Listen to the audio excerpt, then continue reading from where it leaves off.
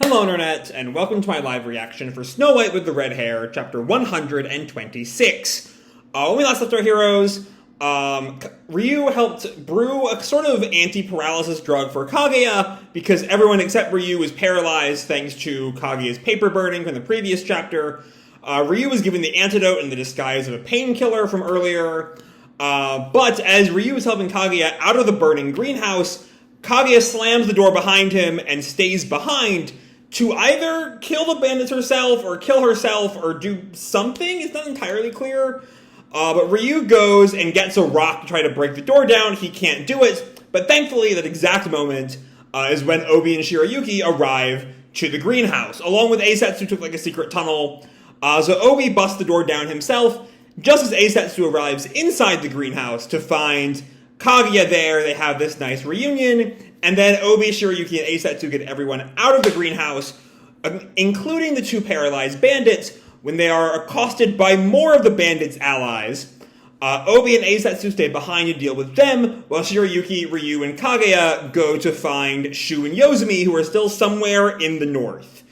That's where we leave off, with a fight brewing over there, and Shirayuki and the gang going off to find the captives. So that said, let's dive right on in chapter 126, which we just open, zooming in on some sort of building. We hear this BAM effect. And it's Yozumi, along with Shuu, trying to bust out of whatever room they've been held captive in.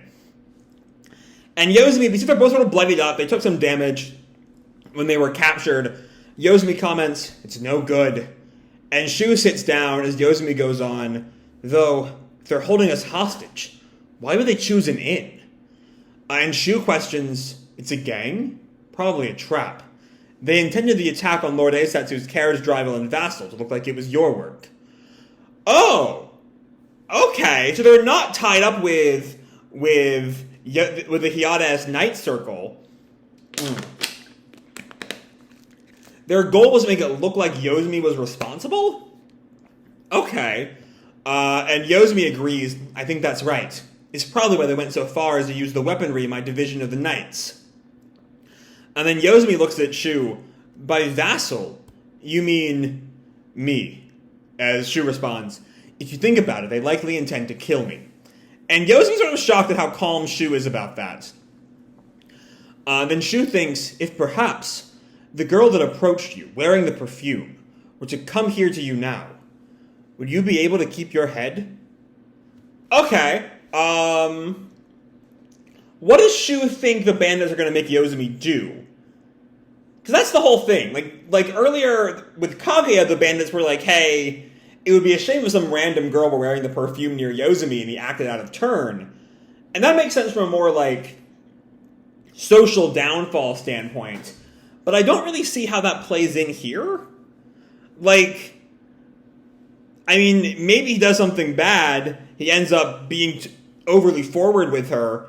But compared to being killed, that's a minor thing, I think. I don't know. Also, back on page 2, Shu's whole "it's a gang" question is sort of weird, as I thought he was generally aware of what was going on with the Bergatts. I mean, I guess he didn't exactly have time to be caught up on what happened at the soiree. But he was still aware of the Bergatt agent running around in Rugilia land and all that stuff in the beginning of the arc. He should have some idea beyond just "it's a gang" question mark. I don't know. Sorry, my voice is a little sore today. I keep needing water. But Yozumi is just sort of stunned. Why would they?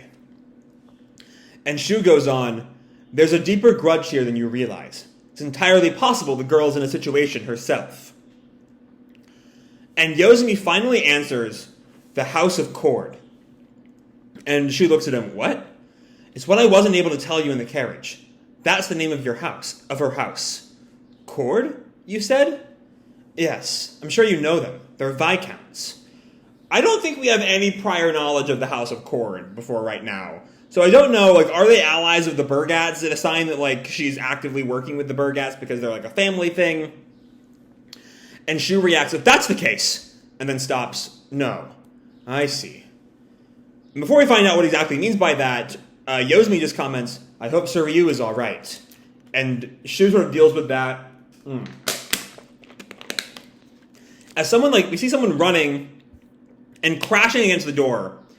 And then the door just unlocks, and it's one of the bandits coming in. Or it's not one of the bandits coming in, because the bandit falls over. And someone else walks in. I'm going to guess it's like Suraba or Tariga. But whoever it is shocks Shuu.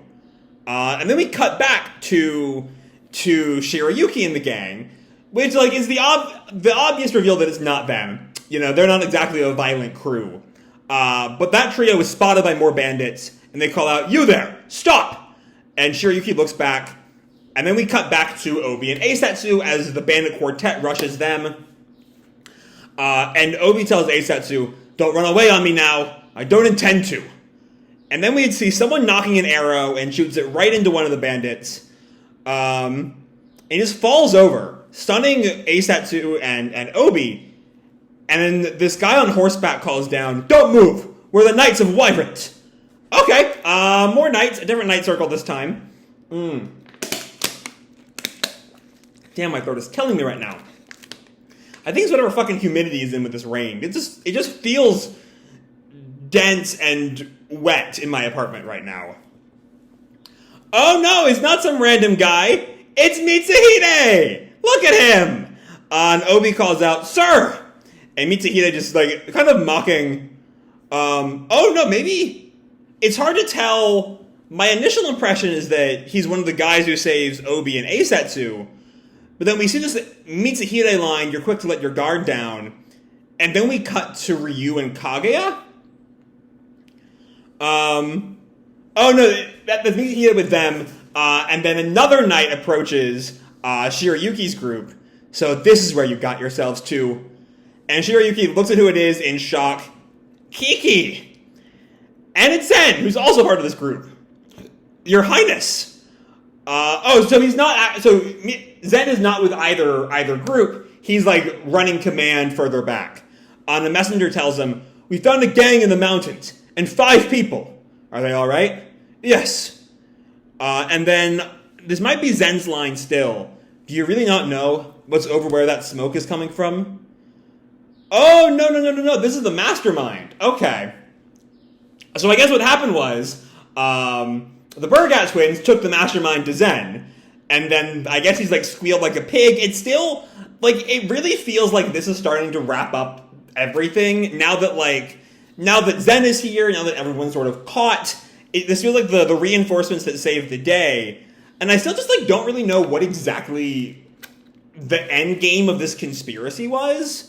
We still don't know how any of this ties into the blonde woman from the soiree. We don't know how exactly this was supposed to free Touka. There's just a whole lot of what the fuck is going on here. Anyway, the mastermind goes on. "I don't, but it is close to Lyra's, Kageya Elise's house. So I wouldn't be surprised to find something there, which would be the greenhouse burning. I wouldn't lie to you, Your Highness, when you spared my life." And Zen just tells him, "I didn't do it for your thanks. Were the mastermind to be silenced, who would we get information from?"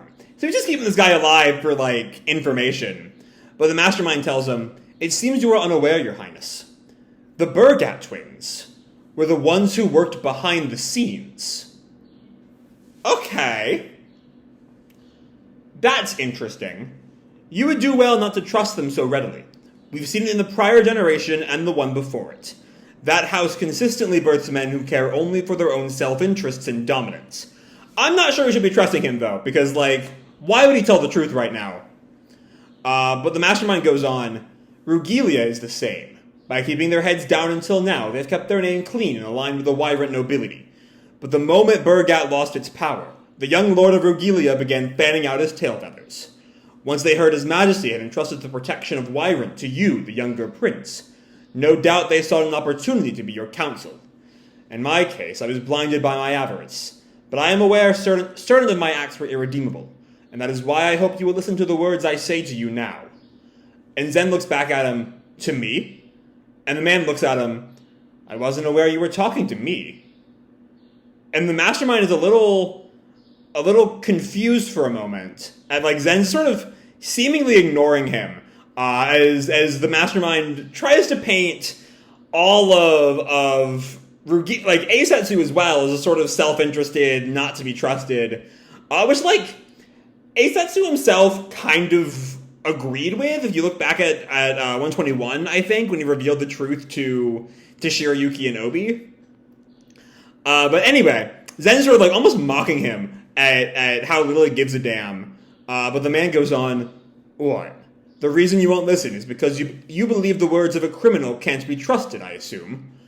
And Zen counters, "You were just spouting off for your own sake. So I didn't hear. It had absolutely no effect on me." Okay, there's just something here that feels important, and I don't quite know where to really dig in there, because it feels like this is an important moment in the resolution of this arc. But I don't quite know what it is, which kind of brings me back to my problem, is that, like, it just feels like there's a little something more to this arc that we just haven't really dug into yet. I don't know. And Zen goes on, "There are still things I want to know. We'll have you share them soon." And I think this is another messenger calling out to Zen, "Your Highness." And Zen goes on, "Though you and I are unlikely to meet again, I imagine." And then I guess the mastermind goes on. Still don't know who he is. But this messenger is just, "Your Highness." And I guess he's already given Zen a message, because Zen just thinks, 5 people, safe. And then tells his messenger, "Let's go." And then we get to Shirayuki, and it seems like both groups have been reunited, because we see Obi, Mitsuhide, and Kiki together. So I'm assuming they're all together now. As Obi looks on, he's coming at an impressive speed. And Mitsuhide thinks, "Climbing right up the mountain?" As Kiki responds, "Right up it." So I guess it's them they're all looking at. And then we see this shot of Eisetsu watching in shock, as one of them calls, "Prince Zen!" And then we cut to Tsuruba. Someone calls Lord Tsuruba. Oh, but no, it's not Tsuruba, it's Tariga, who just sort of mocks Eisetsu. "I'm the younger, Tariga, Lord Eisetsu." Huh? Oh. And then the real Tsuruba walks in. "Well met. Sir Shuu and Sir Yozumi have returned." So yeah, it really does feel like I've been saying, this whole arc is wrapping up here. And yet, I still could not tell you what exactly the end game of the conspirators was. Like, they had this perfume for some reason. Sure as hell don't know what.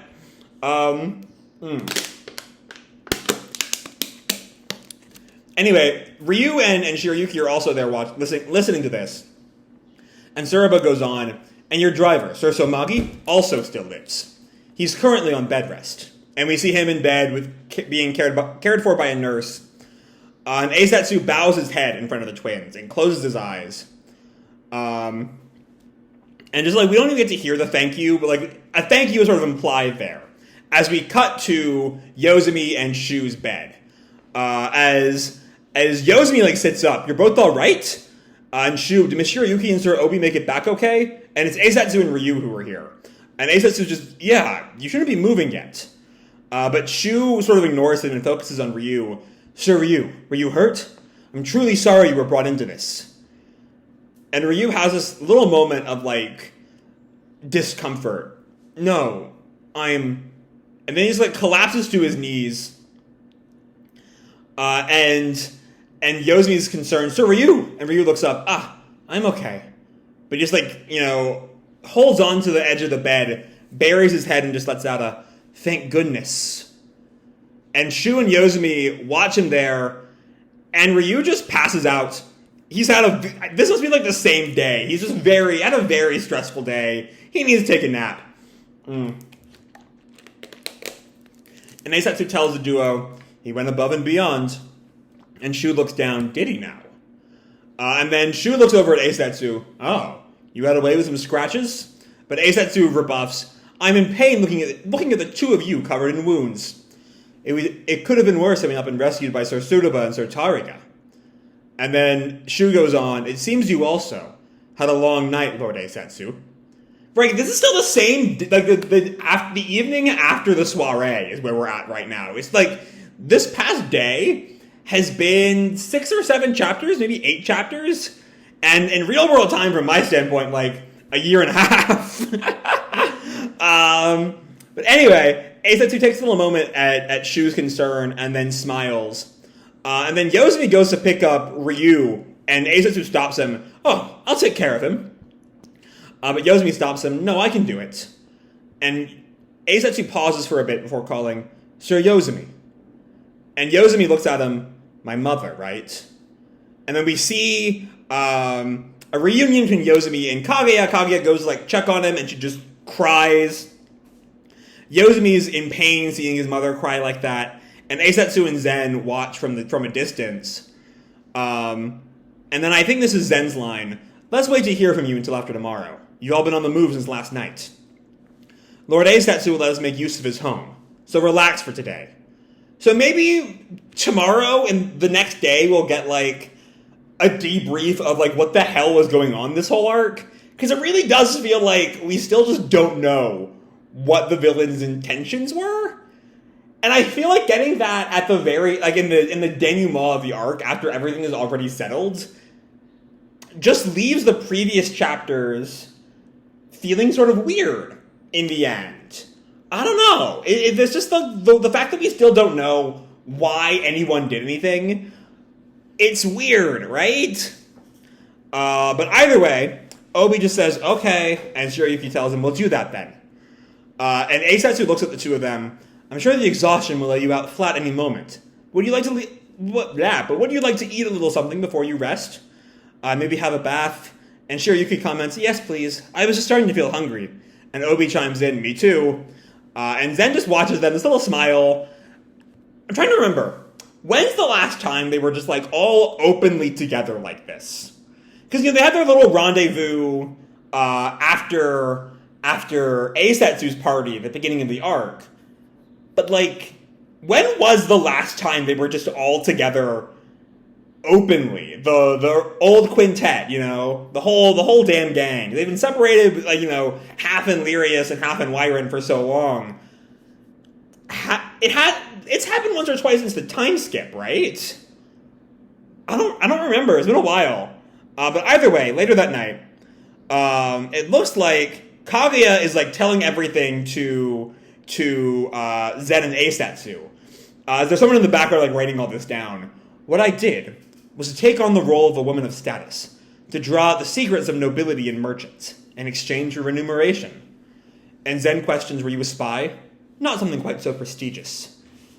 I did this work in many homes throughout the years, just when I was considering pulling away from the job. I was instructed to attract the attention of Bergatt. I thought to make that my last employment, because I was promised remuneration in line with it being my final job. Okay, so was this after she left the Rugilia household, or was this something she was doing to Eisetsu? That's kind of the question here. Which is why I anticipated a difficult employment, but it was surprising how easy the job was. I met the head of house, Lord Touka, and concealed that I was on the job. I began to do similar work at his instruction. I wasn't aware that Lord Touka was approaching me on purpose. So yeah, like this could be the same thing she did to Eisetsu. We also see this is Suraba, who is the scribe in the background. And Kageya goes on, by the time I realized I knew too much, this included the things Lord Touka was up to. I was beginning to fear for my life, knowing that I wouldn't be able to cut ties. It was around then I heard about the perfume. So the perfume was in existence before Kageya, or it was being used by Touka's sympathizers, or even maybe Touka himself, before Kageya got involved in it. I thought it was like her botanical knowledge that led to that. I don't know. Suraba mentions, we've also captured some relatives of the earl who know how to prepare the perfume. The effects are just as the court herbalist suspected, both the illegal aromatic candles and the method of preparation. It seems they also heard from my brother Touka about an antidote that was created during the testing phases. The earl is our mysterious mastermind. The earl knew only the preparation methods for the perfume, and was in charge of secretly selling it. Lady Kageya, under the name Madame Lyra, knew only the recipe for the antidote. She was given the task of selling it to the earl's customers at parties. Okay. Alright, so let me see if I've got this straight. So she would give... I guess when we saw her with the blonde woman at the soiree, she gave her the antidote, or she gave her the perfume specifically to, like, show how it would affect you and then how the antidote would fix it. And then at some point she, like, booked it from the party. I'm not sure why she did. I don't know. Either way, Obi comments, they knew nothing about each other's true natures. And Zen, it's highly likely they weren't engaged with each other at all. This might actually all be Suraba, actually? I think this is all Suraba. And then Eisetsu comments, which means the Earl only knew of Lady Kageya's home after Touka withdrew? Correct. As the perfume didn't come to light in the investigation into the house of Bergatt, he thought of assuming control over the market, but the antidote was necessary to maintain a hold on the guests, which is why he absolutely needed to know who Madame Lyra was. After Touka's downfall, the Madame stopped making appearances. The Earl wasn't able to do anything. He was uncertain how much the Madame heard about his own conduct from Touka. Not knowing if she was a threat, he had to tread carefully. However, a customer of his, who had no way of knowing Touka's involvement, made a move. Okay, so what we're seeing here is that Touka falls in the aftermath of that arc, and the Earl steps in, wanting to sort of, like, he was already part of it, but he wants to take control now. But he knows there is a woman who might know his identity, and so he's sort of nervous about her, and then something happens. He began to fret about not being able to use the perfume, and discovered who Lyra truly was. Okay, so he somehow finds out who Lyra is, through some, like, spy network or something, and then makes his move with the daughter of Cord to go after Yozumi. And Obi comments, I see. So then Lady Kageya had Sir Yozumi held over her head. And at the recent soiree, she used the poison as a warning to keep him out of it. Okay. Alright, but, like, how is attacking that one woman going to be a warning to the Earl? Either way, Zen comments, that customer used the perfume to bring together Sir Yozumi and the daughter of House Cord, the Madam said. Oh, is that woman the one who, like, brought... So that one woman was... Okay, she was, like, in on getting Yozumi... in on using Yozumi as leverage. Okay. But Zen goes on, is there something in particular about that house? And Eisetsu's silent for a moment, and then says, long ago, before Lady Kageya worked in my home, she was a gardener at another house. It got complicated. I'm sure they used that knowledge. And Suraba chimes in, the Earl paid attention to these happenings in the shadows. On the night Lady Kageya made her move, the Earl had a plan to take everything. And he turns to Eisetsu, the men who attacked you were the Earls. Yeah. And then Obi turns to Eisetsu, that was when Lady Kageya tossed from the carriage, right? It was after that, when Lord Suraba saved me. Alright, so... Yeah, right, because the men came after he was tossed from the carriage. Yeah, that's what's going on there. Sorry, I'm like, it's like the slow motion of, like, finally putting all the various pieces together here. Anyway, Zen goes on, it seems Lady Kageya realized that the way things were going, you'd get mixed up in it all. And Obi comments, probably true. But then, Eisetsu turns back to Suraba, and the men that attacked Ryuu and Lady Kageya, they were also the Earl's men? And Suraba chimes in, they were. Same as the ones that apprehended Sir Yozumi and Shuu. And Obi chimes in, the ones we don't know about are likely that customer's men. The three we encountered at Sir Yozumi's house, that is. Okay, so I thought they were like, because they referred to them, the three guys from 123, they referred to them as a rear guard. So I figured they were just, like, not as in the loop as, like, the vanguard of this bandit group. But maybe they just, like, were a complete separate organization or something? I don't know. Eisetsu just lets out a, yeah. And Suraba goes on, the customers we currently know about are the 4 families and 1 merchant family. We'll hopefully know soon how many victims there are of the perfume. And then, after a moment, this seems to be sort of like wrapping up everything they know about the case right now. Eisetsu bows his head. My deepest apologies. It's my failing that such an important issue has gotten this far without my knowledge. And Zen is sort of taken aback for a moment at Eisetsu's apology, and says, the twins said similarly, the same is true of me. But House Rugilia didn't seem to be directly involved in the matter, so we can't fault you. But Eisetsu rebuffs. No. I'm absolutely certain. There were opportunities for me to notice the situation. And Obi and Tsuruba sort of, like, acknowledge Eisetsu's regret. And Zen just tells him, if that's what you're taking away after knowing all this, then there are still things left for you to do. And Eisetsu sort of takes that in and says, yes, I will bring to light any of this trouble that remains in Wirant, and put a stop to it. And Zen tells them, both Tsuruba and Tariga, blah, blah, blah. So many words here. I've been talking about 25 minutes straight. Fucking hell. My throat is fucking killing me. But Tsuruba and Tariga will too. And so will I. And Eisetsu then says, in that case, Your Highness, I am yet inexperienced, but please consider me yours to command. I will assist you, together with House Bergatt. And then we get to later that night. That little declaration aside, we now know, actually, I said that as soon as this sort of, immediate arc was over, Tsuruba might sort of, leave the story. Or not Tsuruba, Eisetsu might leave the story. But if he's going to be a long-term companion of Zen now, we might see a good deal more of him. And I would not be opposed to that. He still is a really fun character. But we cut to that night. Eisetsu is out in the garden. Shirayuki calls, Lord Eisetsu. And Eisetsu notes there, Shirayuki, I saw you from the window. And we have this moment of them sort of talking as we cut to Zen and Obi watching this. Can't really hear what they're saying from here, but Zen is clearly tired. He yawns.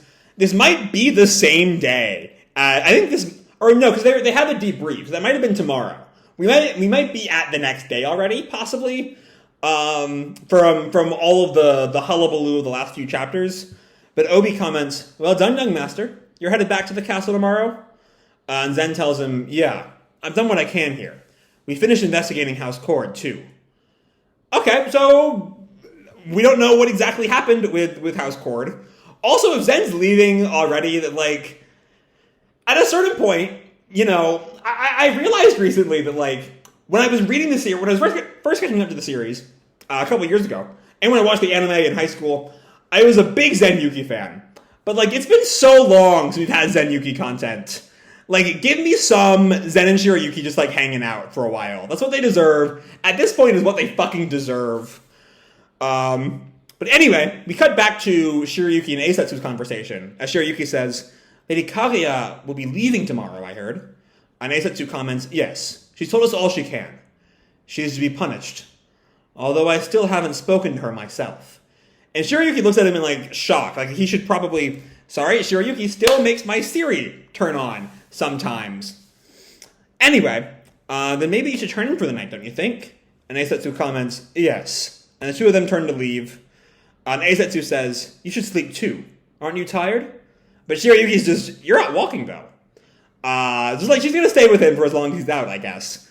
And Zen sits down beside Obi. My impression of him is different than the first time we met. What do you think of him? And Obi doesn't quite answer right away, and Zen goes on. You and Shirayuki both said you wanted to know him better. Could you call it a good encounter? And Obi thinks, yeah, I suppose so. And Zen just thinks, I suppose the fact that you're not running over there is answer enough, isn't it? I suppose.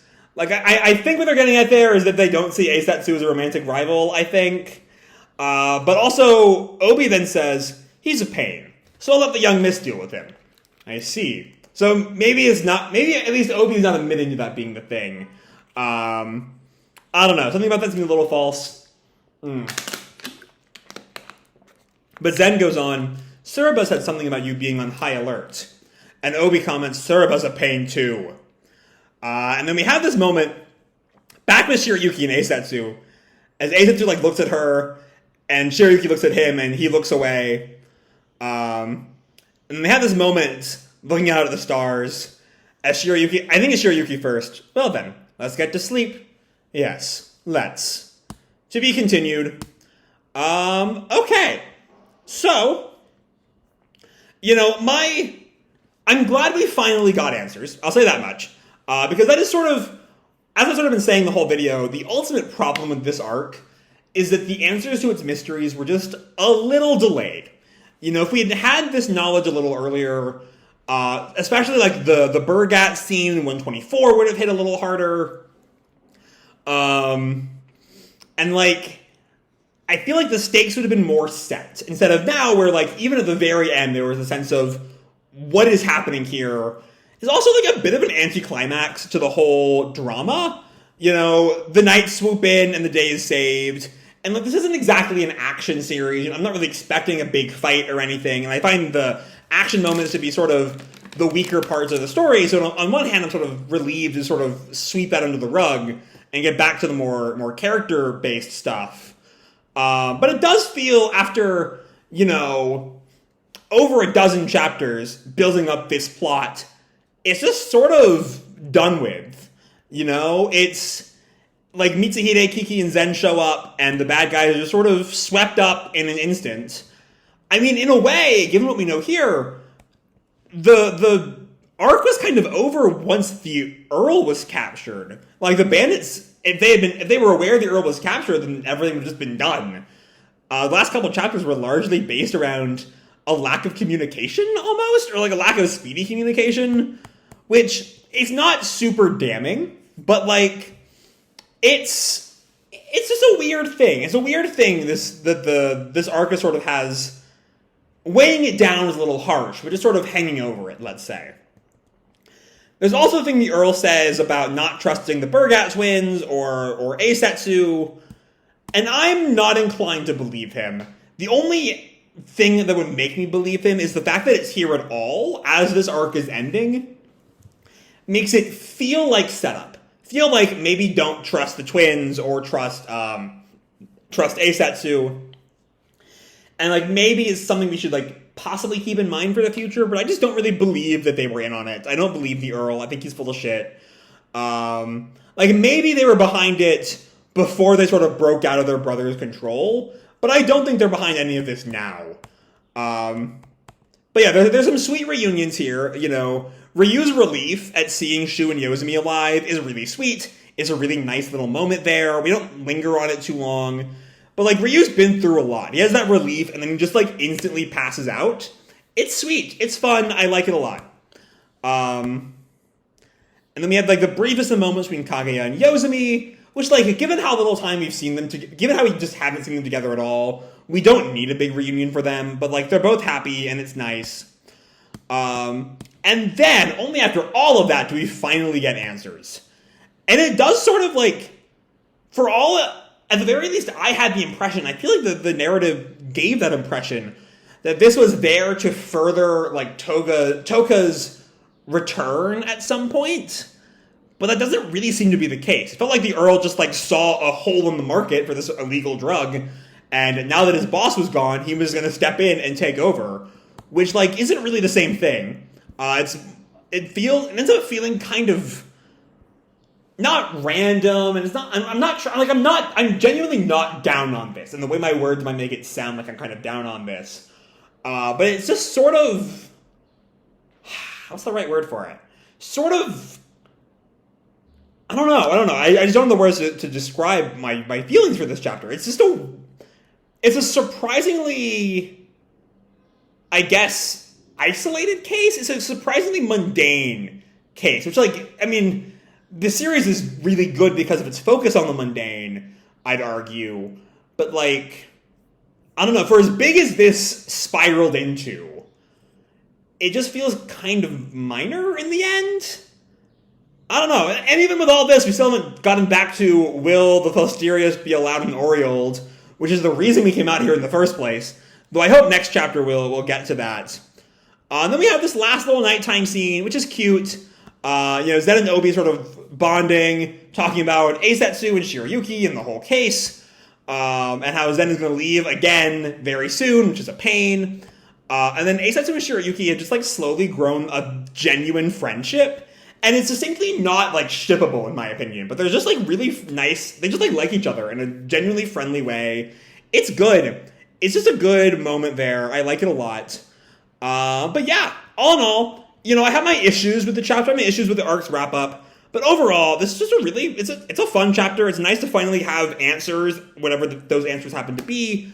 And it looks like we're moving into a bit more of a denouement kind of territory next time, but I'm still excited to see what comes of that. So with that said, I'm going to leave this video off here. Hope Hope you'll enjoy the chapter and the video itself. If you did, feel free to drop me a like or subscribe, or, do whatever makes you happy, And as always, your life is your own, okay? Bye!